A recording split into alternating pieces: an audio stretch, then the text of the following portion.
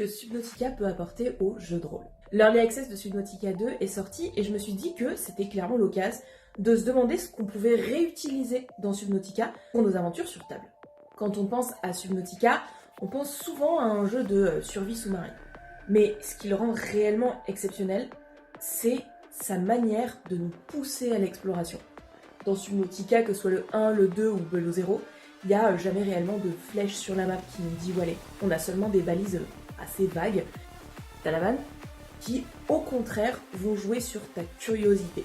Parce que quand tu vas suivre quelques signaux des balises à trouver, tu sais que tu vas dévier de ton objectif 10 fois avant d'oublier ce que tu avais prévu de faire. Tu vas apercevoir une épave au loin, entendre un signal ou un bruit un peu flippant, découvrir une grotte qui plonge dans les profondeurs et naturellement tu vas avoir envie d'aller voir.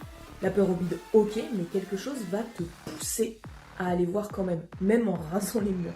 Et en tant que joueur, on avance parce qu'on est intrigué, parce qu'on est fasciné. Pas spécialement parce que la quête nous dit de le faire. Et les devs, pour le coup, ils ont complètement compris que la curiosité, c'est souvent un meilleur moteur que la mission en elle-même en fait. Et ça doit être exactement pareil en Gidre. Les meilleurs mondes, ce sont pas ceux qui disent aux joueurs où aller. Ce sont ceux qui leur donnent surtout envie d'explorer. Alors la prochaine fois que tu prépares une aventure, pose-toi cette question. Est-ce que mes joueurs avancent parce qu'ils doivent le faire ou parce qu'ils ont envie de découvrir ce qui se cache là-bas ?